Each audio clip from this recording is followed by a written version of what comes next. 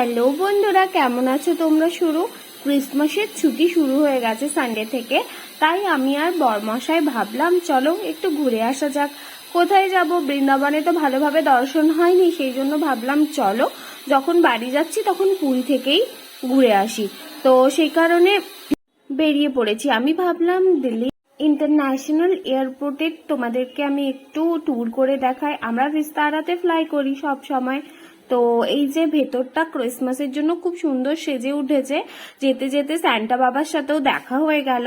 আর যেখানে মেন সাজিয়ে রেখেছিল সেখানেও গিয়েছিলাম, কিন্তু সেখানে সান্টাটা ঘুরছিল আর সামনেটাই মানে কখনোই আমি ফটো তোলার সময় সামনের দিকটা দেখতে পাচ্ছিলাম না। এরপর পেট পুজো তো করতে হবে, চলো লঞ্চে যাই।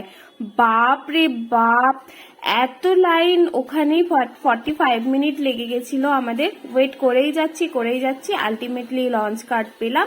এবারে ভেতরে যাব। লঞ্চে কি কি ছিল, কি কি খেলাম সব জানতে আমার পরের মিনি ব্লগটা প্লিজ দেখো। টাটা।